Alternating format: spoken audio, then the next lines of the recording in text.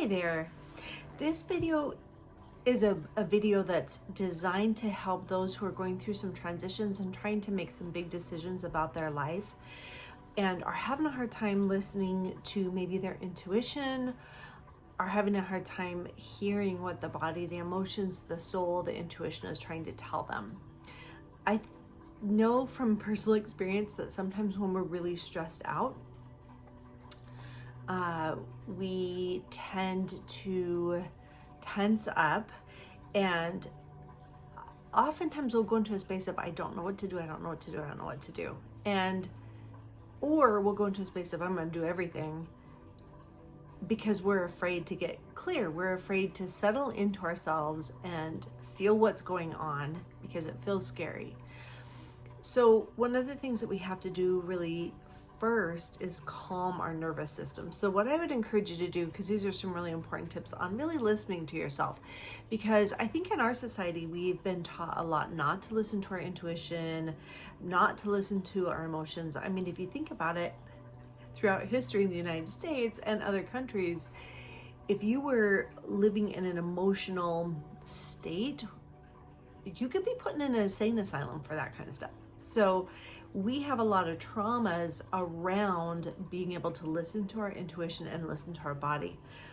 And what I've discovered, because I was definitely there for a long time, but what I've discovered and what I've really learned to do is to listen to that, and I'm amazed at how often it's spot on. But I had to learn first to quiet my body and my nervous system, my central nervous system, and then to be able to feel into it, because your body is, I've talked about this in other videos, it's an incredible technology and it's there to help. It has a guidance system built in, it has its true north built into it. And so these are some tips that are going to help you calm the body and then begin to feel what it feels like. So what I would recommend is before you start this practice, before you do your first session, you might want to take a piece of paper and write down the alternatives that you have. So this is just one way of performing this that will really help you get in touch with your intuition. So write down, maybe if you have 3 alternatives or 2 alternatives, write them down on separate pieces of paper and put them in front of you.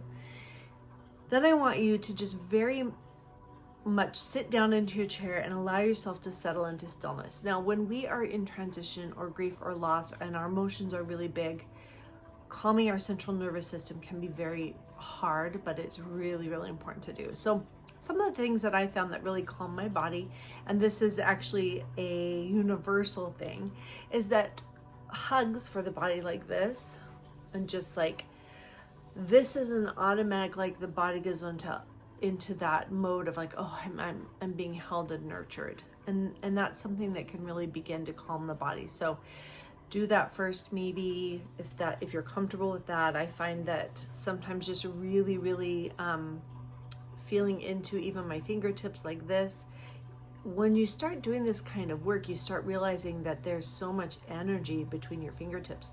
We actually have a lot more healing power energy than we realize. And so just settling into that, because the fingertips have so many receptor nerve endings, that kind of thing.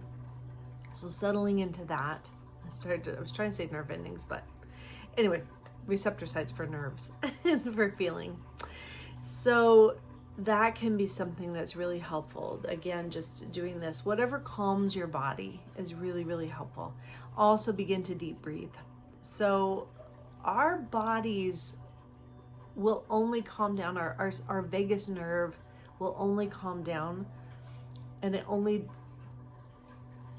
when you do deep breathing, it helps it calm down, is what I'm trying to say. So being able to breathe in 4, breathe out 7 or 8, having a longer breath out is what happens naturally when we're calm. So if you can just count 4 in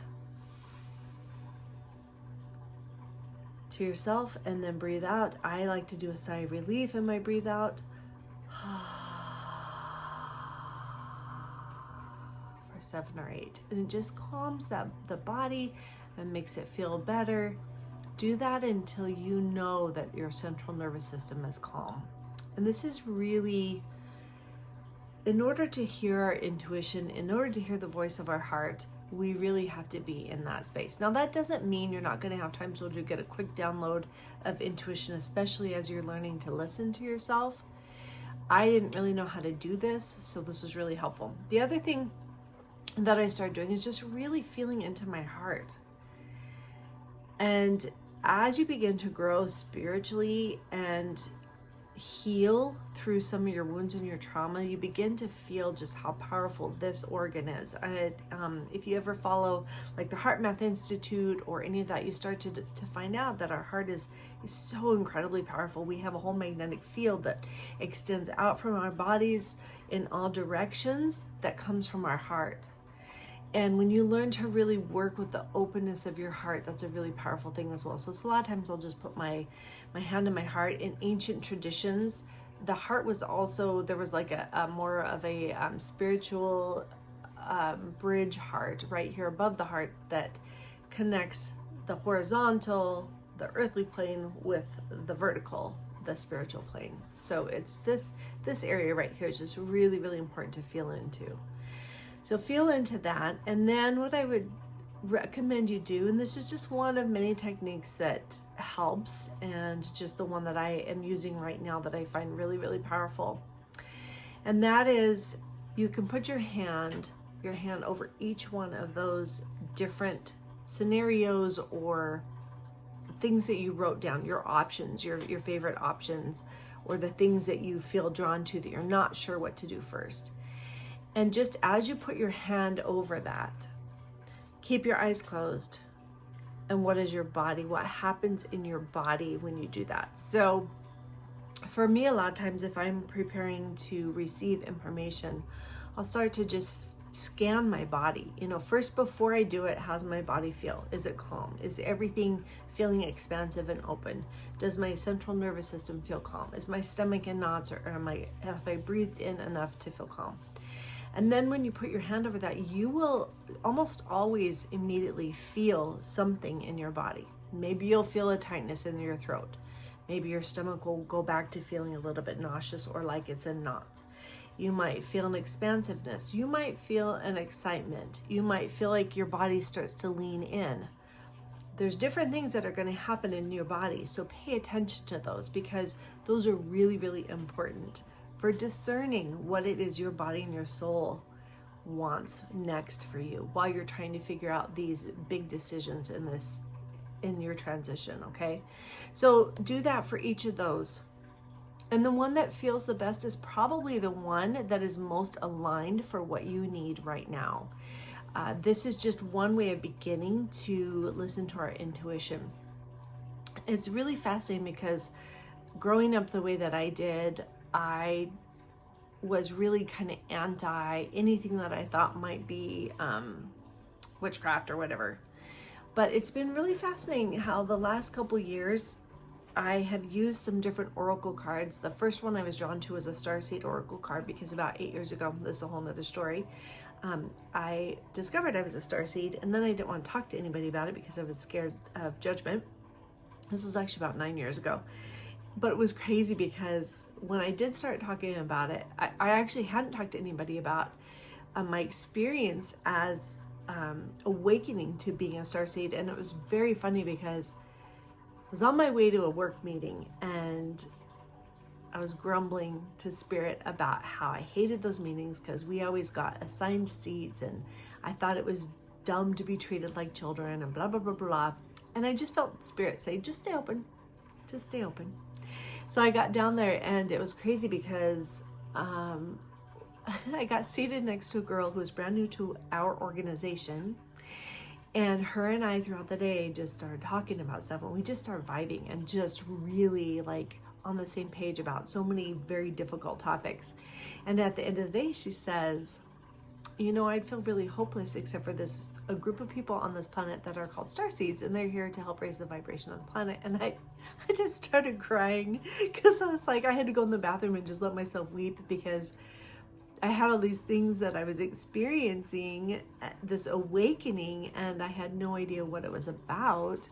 and why it was happening. And I had gone through so much different trauma and changes in my life, and I didn't really understand where Spirit was bringing me to. And so as you're going through transitions, you might find that your spiritual side starts to really wake up. But I had this deck of starseed cards, and a lot of times I do it a little bit differently, because you'll get these cards and maybe they'll have instructions on how to use them. And personally, I want to always listen to the divinity that's inside of me. I want to listen to that God spark that's inside of me, that is my guidance system. So usually I'll spend time in meditation first to hear what's going on in my own soul, and then I will use the same thing that I just taught you, and I will feel into. And so as I have my eyes closed and I'm thumbing through my cards, I have no idea, because they're turned the opposite way from me. I have no idea what the card says. And I can't tell you how many times exactly the thing that I'm growing in is the exact card that I'll pull. So for instance, the other day, I just broke down in tears as I was realizing I needed some healing when it came to opening to the divine masculine, because I'd received so much damage and pain from toxic masculinity that I was just really hurting. And I had just listened to a conversation between Emily Fletcher, and she's a Ziva meditation teacher who I really like, and her and Kate Northrup, who Kate Northrup's mom wrote Women's Bodies, Women's Wisdom. So really her work on how our brains affect our body and all that kind of stuff is pretty amazing. And then Kate's work on money and calming the central nervous system around money is really powerful. So anyway, I was listening to this conversation. Emily was sharing about some healing she was going through regarding the divine masculine, and I just started sobbing, and I was like, oh my gosh, this is something I'm supposed to be growing in right now. And then it was really interesting. I went to draw some cards later, and the exact card that I picked, without knowing, out of 44, one chance in 44, I picked the exact one that says healing with a divine masculine. So when your soul wants to tell you things, it has a way of doing that. And you want to listen first to your own divine sovereignness, knowing what's going on within your own being, feeling into your body to know what that looks like. And then you're going to receive confirmations as you go along. And just because you receive a confirmation and then maybe things kind of fall apart a little bit first, that can be really normal too. I mean, sometimes we seem to think that if everything goes smoothly, that's the confirmation that that's the right path. And I do think there are sometimes where roadblocks come in to help us go a different path, but oftentimes we give up when we've been given direction because it seems too hard. And sometimes really it's just the resistance before the breakthrough, because resistance brings the pleasure of how you had to work to get there, or the pleasure of basically bringing in new strength and new heights. And so, but that doesn't happen without some resistance. That doesn't happen sometimes without going into the womb of nothing. And I think sometimes when we're in dark nights of the soul, and we're in that dark transitionary time period, the thing that's so precious about it is it's very much like a womb space. A lot of times when we're in transition, we just want to rush through it. We want to be done with it. We're tired of it. We can't wait to get to the next chapter. But really, our soul wants to heal, and it wants to just have powerful experiences through that. And so if we can really stop and let ourselves be in the stillness and use these kind of techniques to help calm our body and be in the stillness, you find that new beautiful things are birthed through these transitions. These transitions are all about being in the womb of no thing, like taking the things that you thought you knew about yourself, the things that you thought about yourself, the identities that you had, and you're being birthed into something completely new. Very much like a butterfly.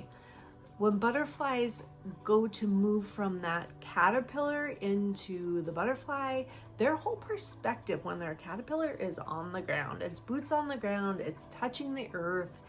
The highest viewpoint they can get is maybe climbing up a tree, but that is their viewpoint. And I started to realize there's times when I've taught people things in my past, and I felt really bad later, like, I didn't mean to mislead them, but there's so much more. Well, what I realized is I had gone through this major transition, and in that transition, I had new perspective. And just like that butterfly, when it goes into that cocoon, there's these beautiful cells called imaginal cells that are in there that help awaken what's going to become the butterfly. These are the cells that begin to bring that butterfly into being. And the harder that the old body fights, basically the immune system starts to attack itself until there's just a sludge and goo. And these imaginal cells begin to really blossom and take shape, and they just grow faster and faster because of the resistance. So sometimes, again, like I said, when we feel like there's resistance, sometimes we think, well, maybe I'm not on the right path, but really it might be just that resistance is growing and expanding you too. So really pay attention when you're in transitions, because there's something beautiful that's going to be birthed out of this, but it doesn't always feel good in the middle of it. I mean, in the middle of it, it can feel like you're in a dark night of the soul. And I have often had times when I'm like, why does it have to be so stinking hard? Why? And I know for myself, sometimes it's been harder because of negative beliefs I've had. But also I just think that things that are difficult grow us. They make us stronger. That doesn't mean that it feels good in the process, or that we have to enjoy it, or that we should condemn any single one of our feelings. I think one of the most powerful things that we can do in the middle of all that is give ourselves compassion. Like, I'm so sorry you feel like this is so unfair. You know, saying words like that, like, I'm so sorry you are going through this. I'm so sorry you feel so alone in this. Like, true compassion from the adult version of us to that childlike version of us when we're in a transition is one of the most powerful things you can ever do for yourself. So really feel into what you're feeling. Don't ever shove those down or be too scared to face them. It's easy for me to say that. I know it's harder to do in the moment, but truly, truly, truly give yourself so much compassion. It's going to make it a lot easier, and it's going to calm you, and it's going to help bring healing to that inner woundedness that's going on. So these are just some tips for working through your transitions and helping yourself make decisions that are really powerful, and decisions that are all about honoring your process and honoring who you are as you're going through these difficult times. So I can't wait to share more with you. I know that these things are going to be helpful as you embrace them. I know they're not easy to embrace. I know that a lot of times this stuff can take tiny practices. Just give yourself a lot of grace. If all you did today was just took the one thing that I shared about breathing and being really mindful in your breath, that's enough. You know, sometimes it's just those little things. But I do really encourage you over time to really begin to listen to your intuition, listen to your body. It's going to give you incredible guidance. And you're going to begin to realize that actually a lot of times I believe spirit moves through the guidance of our body and our emotions. So, all right, my heart is with you, and do some good deep breathing.